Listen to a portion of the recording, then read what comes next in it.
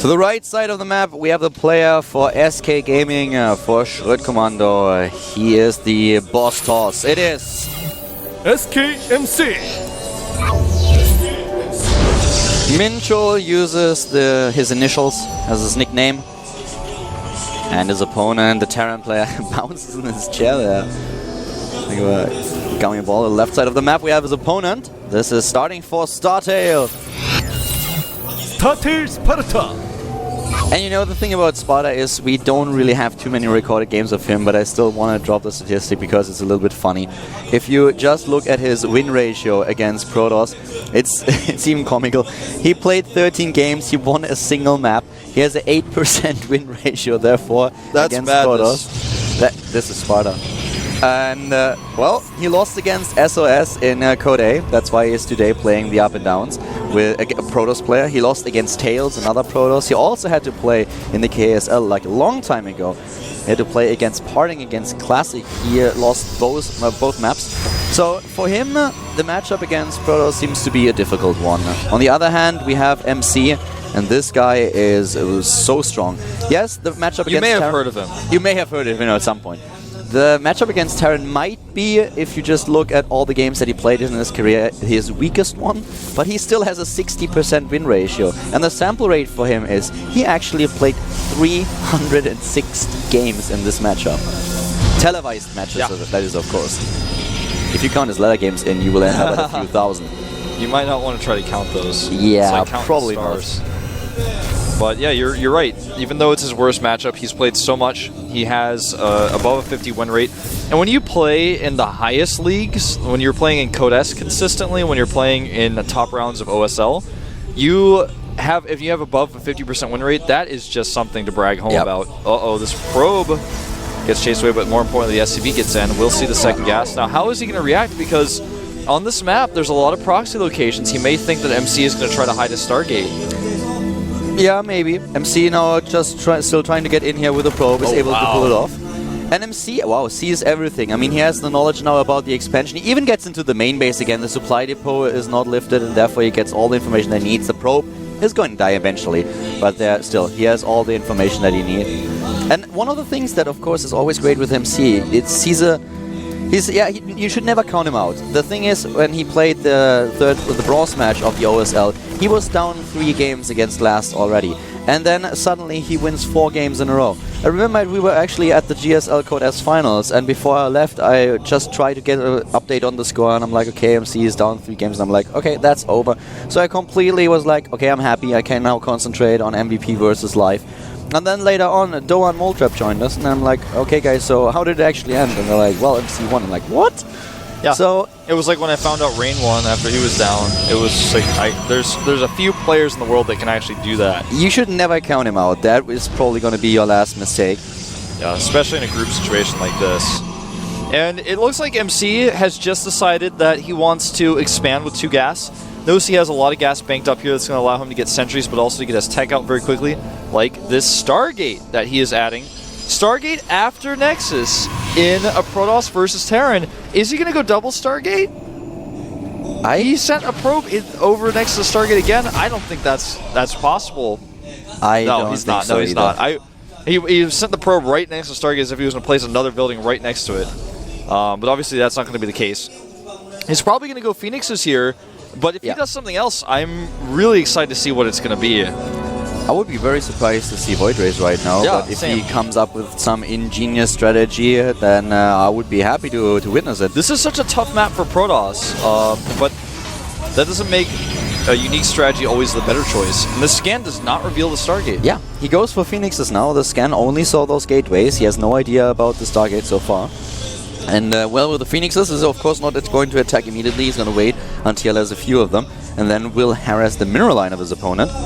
The Phoenixes in general help him at first, just to harass, to do some damage. Then later on, if there's, for example, a tank push, you can go in and use Gravity Beam against the tanks. As soon as you have Colossi out, those Phoenixes will help you to shield your Colossi from the Vikings that your opponent is bound to build. So a lot of use. Even if you only have a few Medivacs for the Terran player on the map, with nice unit control, you can always try to snipe the Medivacs and therefore reduce the healing ability of the Terrans. You can also use Phoenixes in the late game to deal with the Vikings with Colossi. That's something we've seen a lot of. In the past, we saw so many players do this as like a standard build.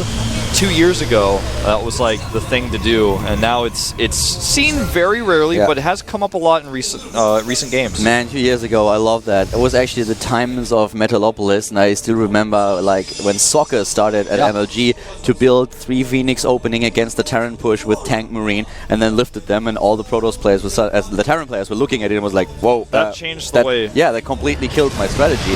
That was brilliant. But here's now the Harris. These days, of course, strategies have evolved a lot. The Scout not getting in, at least sees the expansion. That's, of course, important, but yeah, then dies. He's going up to 5 Phoenixes now. Yep. This strategy you talked about with Sokka, that particular game actually changed the way I played the matchup at the time. That game was so revolutionary, and it's cool to see strategies like this still are around. Will MC actually continue Phoenix suppression? I think he's now done. He hasn't started another yet. There's a Twilight Council. He says 5 is enough for me. That can do so much damage if you're out of position. It's just the innovation that you see. Also players as, for example, Live, who just go into Code A and start to use Nidus networks again, start to use drop blade, use just a little bit unorthodox strategies.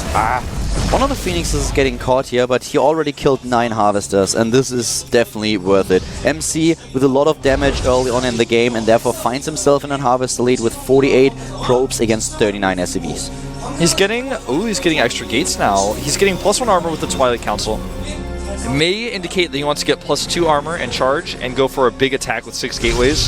He's actually going up to 7 now. The scan reveals it though, and this is so unfortunate for MC because that scan actually shows everything.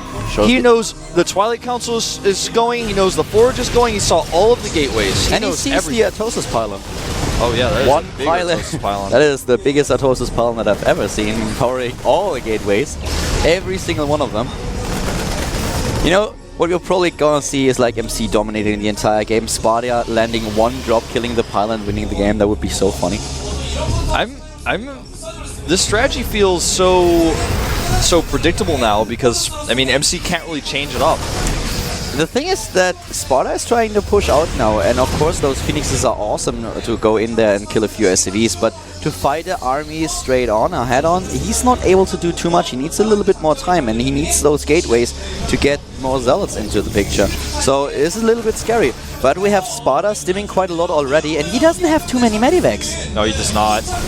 The strength of this push that MC wants to go for is a 2-base attack normally, where you attack with Archons, Charged Zealots, and Guardian Shield with +2 armor, but in this case, getting Storm, I think he realizes that with the amount of money that Sparta has put into these units, he doesn't have a 3rd base in his main. He got his command center a little bit later, it's only halfway done now. So he's got a bunch of army supply, and he's not going to be able to make this attack work quite like he wanted it to.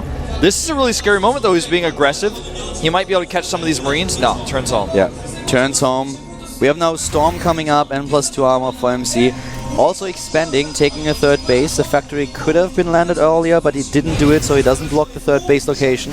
But a very interesting game that we're seeing. Sparta still ahead in supply, just a little bit, but the tech in general is better for MC, who's also continuing with his harass. He just doesn't stop with it.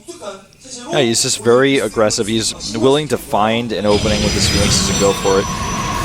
He's not going to find this drop right away to the south, I don't think. He's got another group of units that may see it, and if he does, he's going to be able to kill it. There's 3 Zealots that he's going to check the 3rd base with, and he will not see it. Barely not. Yeah, the drop could really kill the pylon, but of course that wouldn't kill MC. I mean, I was joking around a little bit earlier that if he loses the pylon, he loses his production, and it would definitely hurt him, but it's not going to kill him. This is not Warcraft 3, where in the end you might be able to dominate a player, then you lose your level 6 Blade Master, and suddenly your opponent wins the game. There were a couple of matches like this that Grubby played against Focus that I will probably never forget in my entire life. But this is Starcraft 2 here, this is a little bit different. But still, the drop could do a lot of damage if MC is not ready for it. MC has a great amount of army supply. He's also getting really nice upgrades. The Storm is done as well. He doesn't have Colossi. He has so many Storms like this one, which hits every unit. He doesn't even run. And now the Phoenixes are going to kill the Medivacs. It's a great supplementary unit for MC here. Oh wow, that's the weather report for Abyssal City today. It is cloudy and there is a danger of storms, and well, apparently Sparta didn't catch it. I guess Sparta's going to have to fight in the shade, man. In the main base, there's now the drop, but the warp in should be able to clean this up. That was so close to the cannon. If it had targeted, would have killed the medevac. But MC takes a huge supply lead now. He's got his third base up. His upgrades are going to be insane, and he can easily kill the third base of his opponent whenever he wants to. There come the Phoenixes, and bye-bye medevac.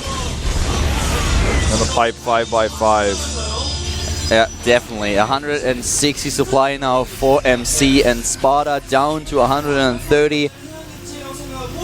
I'm not quite sure how exactly storms work underwater, but apparently they really do a lot of damage. Yeah, if you... I don't know if you touch some electricity there, it could electrocute everything in the nearby vicinity. I would It would be so funny if actually, as a Protoss player on this map, which is an underwater map, you use a storm and suddenly your entire army gets electrocuted because they were too close to it. Yeah, I just don't even want to think about the physics of this. It makes my brain hurt. Well, this is not a fight that Sparta wants to take, but he's going to get forced into it. He can just go and send some units down to that third base while contain to hold his position here. He misses the storm on the needs SCVs. to be careful. It's a cloudy day on Abyssal City, and there's a high risk of thunderstorms. Yeah. We'll see. Oh, nice snipe there at the end. Well done. He wants to get this command center and then get out. And here we go. That was a great storm on the Ghost, but he needs to hit the army units. He does. Sparta can't really hang around and actually fight. 9 more Zealots coming in for MC. If he kills this base, the game will end because Sparta won't be able to recover. MC had an upgrade advantage up to this point. Now he's still ahead in the armor upgrades, but he's already going for the third wave of upgrades, which is going to help him so much. His armor upgrade is now completed, so he's once again ahead of Sparta. The army supply, if you just look at it, is in favor of MC, of course, with 122 against 100. Oh, but nice. He stims in and takes down a few of those High Templars, but the Storm is still doing some damage. Yeah. Damages a lot of those units. Trying to find an opening with these Phoenixes. The Zealots coming from both sides. He's going to catch a unit here with his Phoenixes. He wants to trap the Ghosts, and he gets one. Nicely done, gets too. another one yeah, as well. Even That's a third important. one. Wow.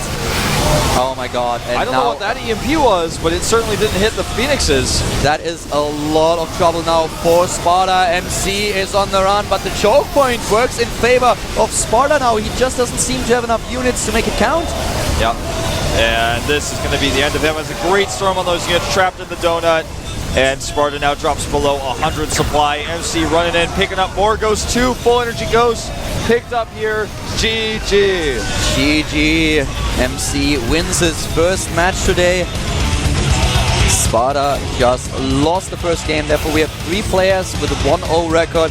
Hart, Finale, and MC. And Terminator and Happy and Sparta, they lost their matches today so far. Yeah, not looking invincible. But MC looking very good in that game. A really interesting timing for those Phoenixes off of 2 base. Normally you get Phoenix off 1, use them to expand or pressure your opponent while his unit count is low. Because when you go for Phoenixes that late, your opponent's unit count is usually enough to defend against them well, and he's got stim. The thing is, MC did very little damage to the Phoenixes, but then he used them later. But what the Phoenixes are great for is not only, if you build them a little bit later, of course, all those things that we have seen in the game, like harassing your opponent's mineral line, trying to pick off a few medevacs, it's a great thing. But one of the problems that Protoss is dealing with on Abyssal City is that it's an awesome map to drop and also in a third. And with the Phoenixes, he can shut down the drop play. So that was actually really well done. How likely are you going to be to drop when you know there are 5 Phoenixes on the map? You're not very likely. That's the correct answer. Spoiler alert. And now we have the first 3 games over with. We are going to head into a short break, but after that we have 3 additional games. It's going to be Terminator versus Happy, Hart against MC, and Finale versus Sparta. So guys, stay tuned. In about 5 we'll be back with the next set of games.